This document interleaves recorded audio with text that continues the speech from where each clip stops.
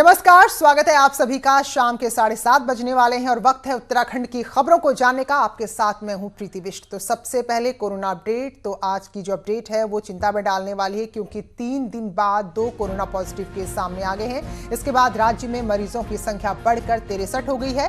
पहला मरीज हरिद्वार का है और 7 मई को शख्स को एम्स में भर्ती कराया गया था। 31 साल का युवक हरिद्वार जिले के रुड़की का रहने वाला है। वही दूसरा मरीज उधम सिंह नगर के काशीपुर का है, जो गुरुवार को ही दिल्ली से काशीपुर लौटा था। तो इस तरह से अब आंकड़ा पहुंच गया है 63, जिसमें से 45 मरीज ठीक हो चुके हैं और 18 मरीज इस वक्त राज्य में एक्टिव है, यानी कि उनका इलाज अलग अलग अस्पतालों में चल रहा है। तो 3 दिन बाद ये बड़ी खबर आई, राहत की सांस ली जा रही थी कि शायद अब ये सिलसिला थम जाए, लेकिन 2 मामले एक साथ सामने आ गए हैं।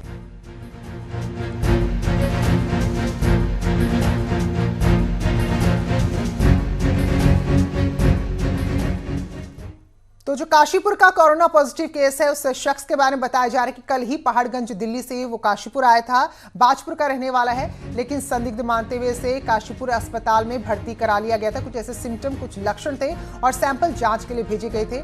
तो जो शक था वो सही साबित हुआ, जांच रिपोर्ट पॉजिटिव आई और अब इस युवक का इलाज कराया जा रहा है। बाजपुर में वहाँ के रहने वाले हैं। तो ये कल 4 लोगों के साथ, एक ड्राइवर सहित 4 लोग दिल्ली पहाड़गंज से आए हैं। एहतियात के तौर पर इनको हॉस्पिटल में रखा गया था। आज इनका सैंपल जो है पॉजिटिव आया है, तो इनको सुशीला तिवारी हॉस्पिटल में शिफ्ट किया जा रहा है। इनके साथ बाकी जो 3 थे उनको आइसोलेशन वार्ड जो हमारे यहाँ बनाए हुए हैं रुद्रपुर डिस्ट्रिक्ट हॉस्पिटल में, वहाँ भेजा जा रहा है। देवभूमि उत्तराखंड आंकड़ा यहां 63 तक पहुंच गया है, लेकिन फिर भी दोनों दल, चाहे बीजेपी की बात करें या कांग्रेस की, वो कहते हैं कि राज्य की स्थिति अगर बहुत ज्यादा नहीं बिगड़ी तो इसके लिए बद्री और केदार का आशीर्वाद ही काम आया है। लेकिन इस पर भी राजनीति शुरू हो गई है। बीजेपी कहती है कि भगवान उनकी ही मदद करता है जो उस लायक होते हैं, यानी कि कांग्रेस को घेरने की कोशिश भगवान के आशीर्वाद में भी की जा रही है। कोई मोदी जी नहीं बचा रहे हैं, कोई त्रिवेंद्र जी नहीं बचा रहे हैं, कोई उनका हेल्थ सिस्टम नहीं बचा रहा है। ये बद्री विशाल की कृपा है, केदारनाथ जी की कृपा है, गंगा मैया की, यमुना मैया की कृपा है, हमारी जो देवी देवता दृश्य अदृश्य हैं उनकी कृपा है, जिससे उत्तराखंड बचा हुआ है। इनके हाल पे अगर इनके भरोसे छोड़ते तो उत्तराखंड का बुरा हाल हो जाता। उत्तराखंड में ज्यादातर मरीज ठीक हो चुके हैं और उत्तराखंड देश के उन चुनिंदा राज्यों में है जहां हालात बेहतर हैं। अब कांग्रेस के साथ साथ बीजेपी नेता भी इसे भगवान का ही आशीर्वाद मानते हैं, लेकिन तर्क ये भी दे रहे हैं कि भगवान उनकी मदद करते हैं जो लायक होते हैं। भगवान भी एफिशिएंट और लोगों के माध्यम से ही, योग्य लोगों के माध्यम से, योग्य व्यवस्था के माध्यम से ही कराते हैं। तो वो योग्य व्यवस्था तो उत्तराखंड की सरकार ने, त्रिवेंद्र सिंह रावत के नेतृत्व वाली सरकार ने प्रोवाइड किया ना, कि आज हम उत्तराखंड में उन टॉप स्टेट्स में हैं जिन्होंने कोविड को बहुत कायदे से नियंत्रित करने का काम किया। यहाँ पे देवस्थान है और इसी की कृपा से अभी तक की जो स्थिति है वो सामान्य बनी हुई है। और मैं अपनी सरकार को, तमाम अधिकारियों को भी बहुत बहुत बधाई देना चाहूँगा कि उन्होंने भी इसको काफी हद तक रोकने का प्रयास किया है। बीजेपी हो या कांग्रेस, राज्य में हेल्थ सिस्टम कभी भी अच्छा नहीं रहा और सालों से पूरा हेल्थ सिस्टम ही भगवान भरोसे चल रहा है। ऐसे में कोरोना से उत्तराखंड के बचे रहने के पीछे भी अगर नेता भगवान के आशीर्वाद को मानते हो तो हैरान होने की जरूरत नहीं है। दीपांकर भट्ट, न्यूज़ 18 देहरादून। लेकिन ऐसा नहीं है कि यहाँ के लोग गंभीरता से नियमों का पालन कर रहे हैं। आज भी कार्रवाई हुई है। लॉकडाउन का उल्लंघन करने पर पुलिस ने आज 45 केस दर्ज किए हैं और लॉकडाउन तोड़ने के आरोप में पूरे राज्य में 505 लोगों को गिरफ्तार किया गया है। और इस पूरे लॉकडाउन के पीरियड में 2748 मुकदमे दर्ज हुए हैं, 15148 आरोपियों की गिरफ्तारी हुई है और वहीं अब तक 34,484 गाड़ियों का चालान किया गया है, जबकि 6,266 गाड़ियों को सीज किया गया है और चालान के रूप में 1,77 लाख रुपए वसूले जा चुके हैं।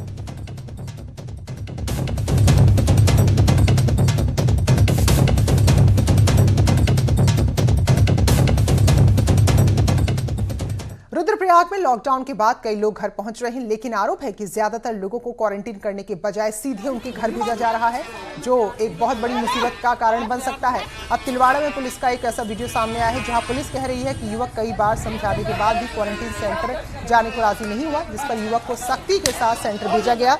इस दौरान पुलिस की तरफ से लाठियां मारना भी सवालों के घेरे में हालांकि आ रहा है, क्योंकि युवक के सवाल पूछने पर क्वारंटीन के जाने पर उसका जवाब देना था, ना कि इस तरह बल प्रयोग। हालांकि लोगों को भी कुछ समझना चाहिए कि अगर वो क्वारंटीन हो जाते हैं तो उनके साथ साथ उनके परिवार वालों की जिंदगी भी मुश्किल से दूर हो जाएगी।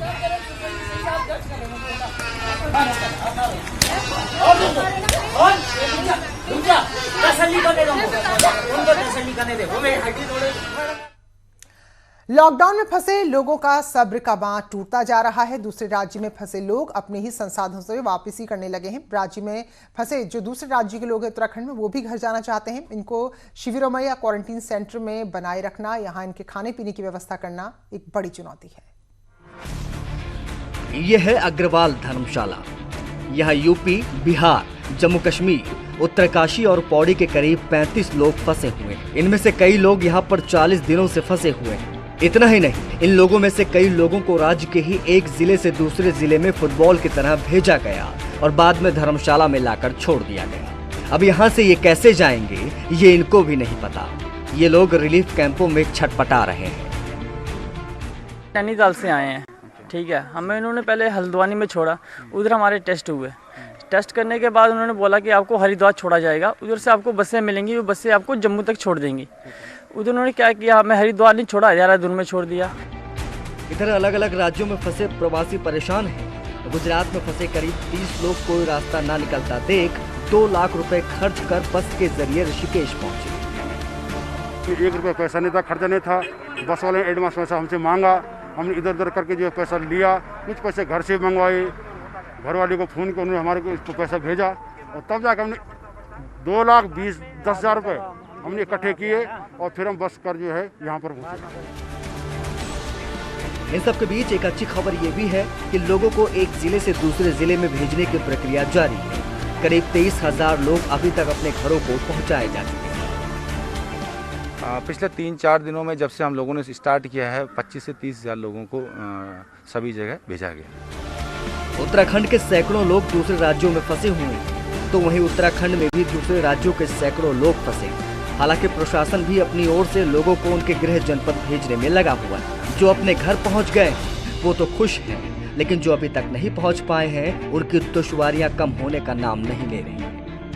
न्यूज़ 18 के लिए देहरादून से सुनील नवप्रभात की रिपोर्ट। चंपावत के गौरचौड़ मैदान में बाहर राज्यों में फंसे 300 से ज्यादा प्रवासी बसों के जरिए पहुंचे। तो लंबे इंतजार के बाद ये अपने घर पहुंचे थे, खुश काफी दिखाई दे रहे थे। सरकार प्रशासन के इस कदम की तारीफ करने के अलावा जो दूसरे राज्यों में इनके साथी अभी फंसे रह गए हैं उन्हें भी वापस लाने की अपील कर रहे हैं। तो फिलहाल इन सभी का पहले परीक्षण किया जाएगा, इनके स्वास्थ्य का परीक्षण होगा और तभी इनके घरों तक इन्हें भेजा जाएगा।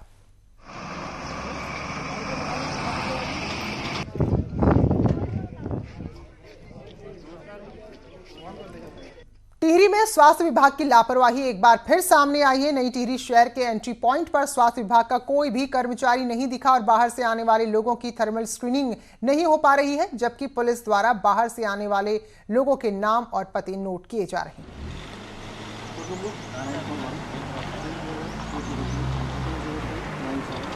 तो उत्तराखंड में देश के दूसरे राज्यों से लौटने के लिए अब तक करीब 1,75,000 लोगों ने रजिस्ट्रेशन किया है, जबकि 18,000 लोगों को अब तक वापस लाया गया है। मुख्य सचिव ने बताया कि गुरुग्राम, पंजाब, केरल समेत दूसरे राज्यों में लोगों को लाने की व्यवस्था हो रही है।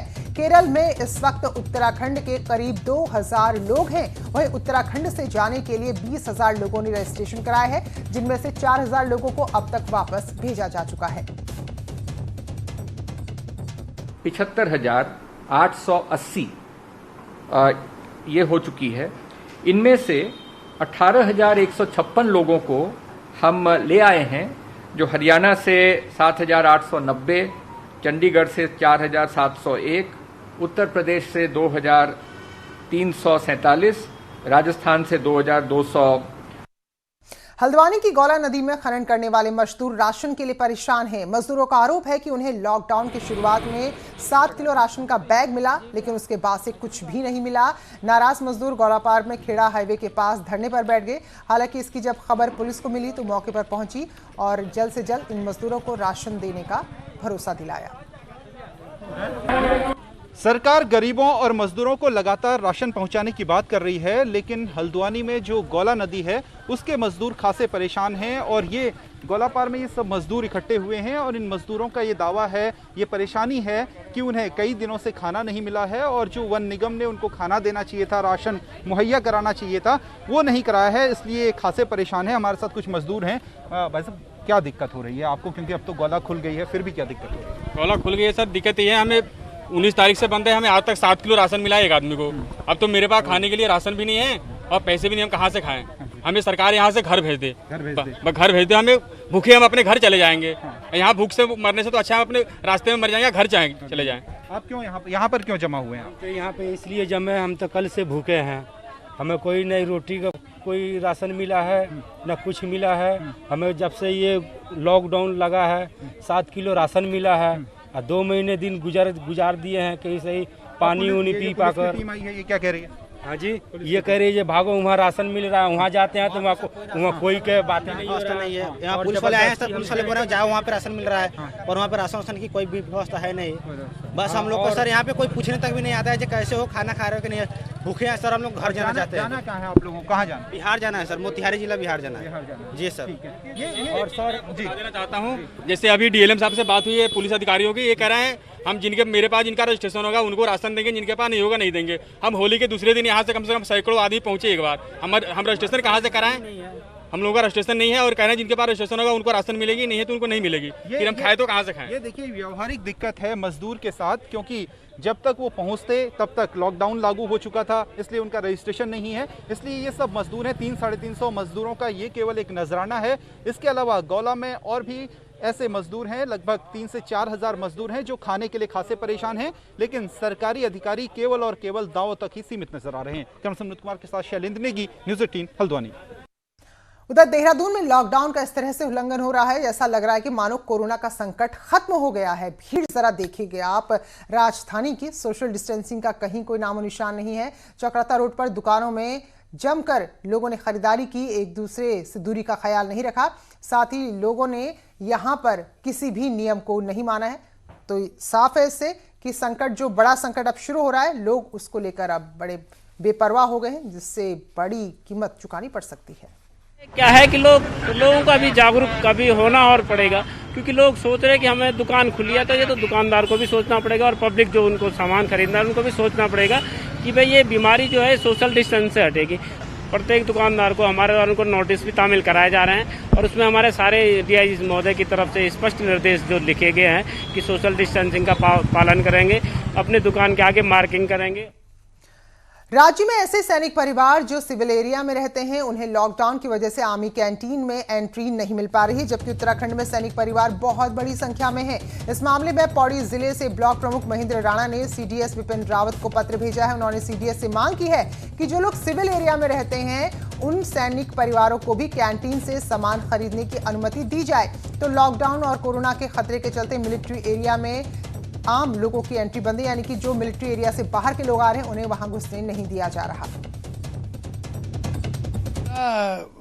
जनरल बिपिन रावत जी से अनुरोध किया है मैंने कि इनको सीएचडी की सुविधा इन लोगों को भी दी जाए और इनको जो ये लोग डिसिप्लिन वाले लोग हैं, हमारे फौज में आज भी कोविड-19 जो बीमारी चल रही है इसमें भी वो डिसिप्लिन से और सारी चीजें कर रहे हैं और इतनी सेवा कर रहे हैं।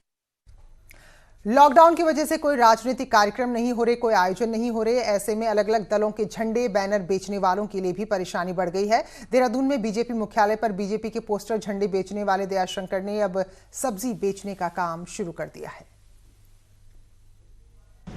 45 दिनों से ज्यादा का लंबा समय लॉकडाउन का हो चुका और ऐसे में तमाम जो राजनीतिक कार्यक्रम है वो भी बंद हो गए और इस वक्त हम भाजपा प्रदेश कार्यालय में मौजूद है और यहाँ पर आप जो दुकान देख रहे हैं, यहाँ पर एक सब्जी की दुकान लगी है। हालांकि ये इससे पहले नहीं थी और वजह क्या थी ये खुद ही हम अभी जानेंगे। ये सामने दयाशंकर है जो यहाँ पर चाय और झंडे, बैनर और जो मफलर होते हैं पार्टी के, उनको पार्टी के कार्यकर्ताओं को देते थे।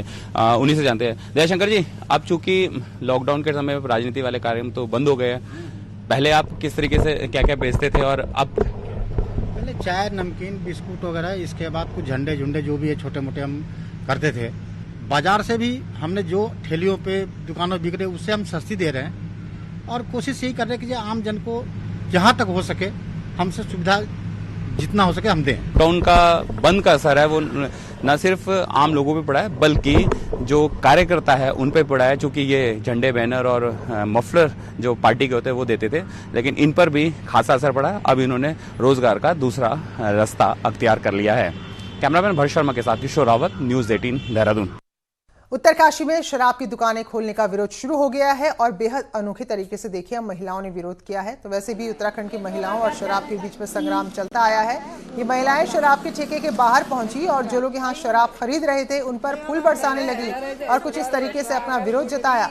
महिलाओं का कहना है कि राशन मिलना चाहिए था, लेकिन शराब की दुकानें खुल रही हैं और शराब लोगों को मिल रही है। तो महिलाओं ने आधार कार्ड के जरिए शराब बेचने की भी मांग की है। तो ये लोग काफी देर तक महिलाएं यहीं रही और कहीं ना कहीं कोशिश कर रही थी कि जो लोग शराब खरीदने आ रहे हैं उन्हें शर्मिंदा किया जाए।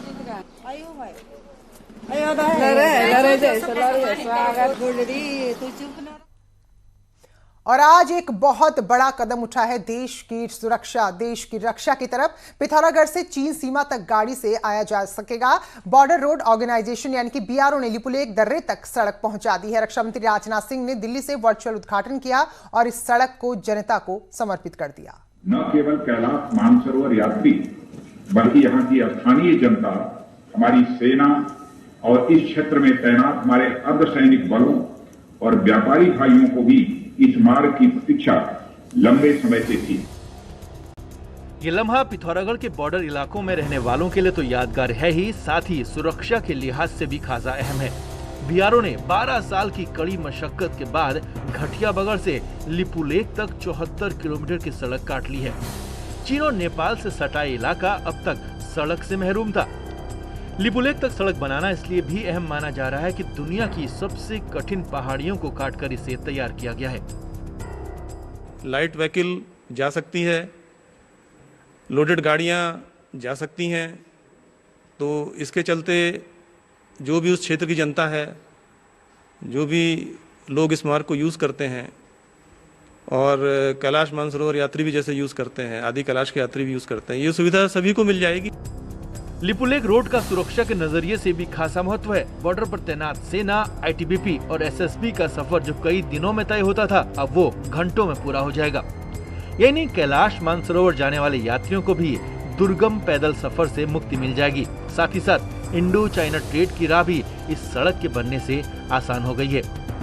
हालांकि तकनीकी कारणों से अभी भी लिपुलेख से कुछ पहले तक ही सड़क बनी है, लेकिन डीजीएमओ की रोक हटने से ये कटिंग भी पूरी हो जाएगी। क्षेत्रीय जो जनता है उनको जो 2 से 3 दिन का समय लगता था पैदल अपने गांव में पहुंचने के लिए, वो भी इस यात्रा मार्ग का इस्तेमाल करके अपने गांव में तत्काल पहुंच सकते हैं। स्वास्थ्य सेवाएं या अन्य जो व्यावसायिक गतिविधियां हैं उसको बढ़ावा मिलेगा। इस कठिन सड़क को बनाने में बीआरओ के कई कर्मचारियों और मजदूरों की जान भी गई है। 12 साल के सफर में कई झंझावातों को पार कर बीआरओ ने वो कर दिखाया जो कभी सपना लगता था। मगर अब भी इस सड़क को चौड़ा करने के साथ ही डामरीकरण होना बाकी है। साथ ही मालपा और बूदी में 2 पुल भी बनने बाकी है। बावजूद इसके पहले चरण में इसे सुरक्षा एजेंसियों के लिए तैयार कर लिया गया है और जल्द ही आम लोगों की भी यहाँ आवाजाही हो जाएगी। न्यूज़ 18 के लिए पिथौरागढ़ से विजयवर्धन उप्रेती की रिपोर्ट। और खबर रुड़की से है। यहाँ सोशल मीडिया पर भड़काऊ पोस्ट डालने वाला युवक गिरफ्तार हो गया है। उत्तराखंड पुलिस और राज्य सरकार पर यह युवक अभद्र टिप्पणी कर रहा था, जिसके बाद हरिद्वार के एसएसपी ने गिरफ्तारी के आदेश दिए। आरोपी रुड़की के शेखपुरी का रहने वाला है और खुद को उत्तराखंड पुलिस का कर्मचारी बता रहा था। तो सरकार को लेकर इसने अभद्र टिप्पणी की थी, जिसके बाद गिरफ्तारी हुई है।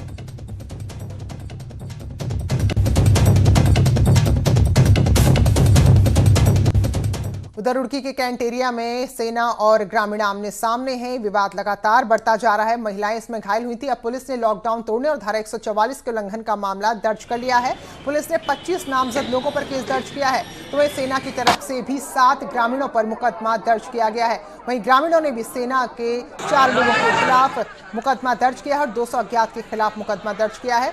दरअसल जो इन ग्रामीणों का रास्ता है वो कैंट एरिया से गुजरता है। इनका कहना है कि गेट बंद कर दिए जाते हैं और इसकी वजह से हाल ही में गर्भवती महिला को काफी परेशानी का सामना करना पड़ा था। सभी अभियोग की समग्रता से सभी संभावित पहलुओं से जांच की जाएगी और निष्पक्ष विवेचनात्मक कार्रवाई के बाद इसमें चीजों को आगे गति दी जाएगी। पिथौरागढ़ के मुंसियारी में नाबालिग के साथ दुराचार का आरोपी गिरफ्तार हो गया। आरोपी नाथुराम को मुंसियारी पुलिस ने गिरफ्तार किया है। आरोप है उस पर कि उसने एक लड़की के साथ रेप किया, जिससे परेशान होकर लड़की ने खुद को आग लगा दी। फिलहाल पीड़िता का इलाज हल्द्वानी में चल रहा है। तो पहले जब मामला आया तो ये कहा गया कि पीड़िता ने किसी और वजह से खुद को आग लगाई है, लेकिन अब जब पीड़िता ने असली वजह बताई तो उसके बाद हर कोई सख्ते में आ गया था। फिलहाल आरोपी को गिरफ्तार कर लिया गया है। मामला बहुत गंभीर था, तो नैनीताल पुलिस ने कोतवाली हल्द्वानी में इसमें नील पे एफआईआर रजिस्टर करके घटनास्थल हमारे यहाँ होने के कारण उसको तत्काल हमारे यहाँ पे ट्रांसफर किया गया मुकदमे को, और हमने यहाँ से टीम भेजी और जो अक्यूज था उसको मुंसियारी पुलिस ने गिरफ्तार कर लिया है। नाथुराम उसका नाम है और इसमें आगे की कार्रवाई की जा रही है। हल्द्वानी में वनभूलपुरा थाना पुलिस ने एक ड्राइवर को पकड़ा है जो अपनी एम्बुलेंस में स्मैक की तस्करी कर रहा था। पुलिस ने ड्राइवर के पास से 21 ग्राम स्मैक पकड़ी है। ड्राइवर ने पूछताछ में बताया कि लॉकडाउन के दौरान क्योंकि एम्बुलेंस में बहुत ज्यादा रोक-टोक पूछताछ नहीं होती है, इसलिए उसके दोस्त ने मिलकर किच्छा से स्मैक की तस्करी शुरू कर दी और वो हल्द्वानी में से काफी समय से बेच रहे थे। फिलहाल एक गिरफ्तार हो चुका है शख्स, जबकि उसका साथी अभी पुलिस की गिरफ्त से बाहर है। उधर उत्तरकाशी में 30 घंटे की कड़ी मशक्कत के बाद गंगोत्री नेशनल हाईवे खोल दिया गया है। दरअसल यहां पर बड़े बड़े बोल्डर यानी कि पहाड़ी के बड़े बड़े चट्टान और टुकड़े आ गए थे, जिसकी वजह से 7 मई को सुबह से ही हाईवे बंद हो गया था और बीआरओ लगातार इस काम में जुटा था। तो 30 घंटे का समय लग गया, क्योंकि इन बड़े बड़े बोल्डरों को हटाना बहुत आसान नहीं होता, जबकि ऊपर से लगातार मलबा गिर रहा हो। गंगनानी और सुनगर के पास हाईवे बंद हुआ था, जिसे अब काफी मशक्कत के बाद खोल दिया गया है।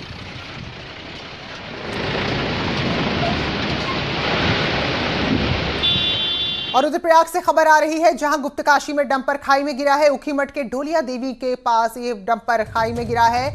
इस दौरान एक ड्राइवर घायल हुआ है, जिसे पुलिस ने खाई से निकालकर अस्पताल के लिए भर्ती करा दिया है। तो ये खबर इस वक्त आ रही है, जहां रुद्रप्रयाग में गुप्तकाशी के पास डंपर खाई में गिर गया।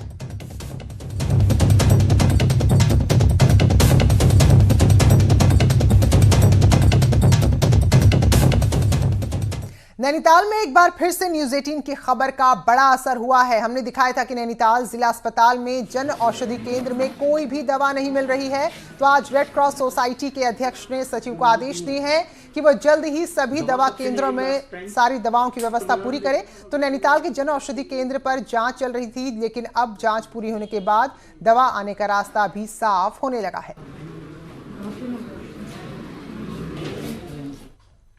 तो इन्हीं खबरों के साथ उत्तराखंड के इस बुलेटिन में फिलहाल अभी इतना ही, लेकिन आगे भी जारी है खबरों का सफर।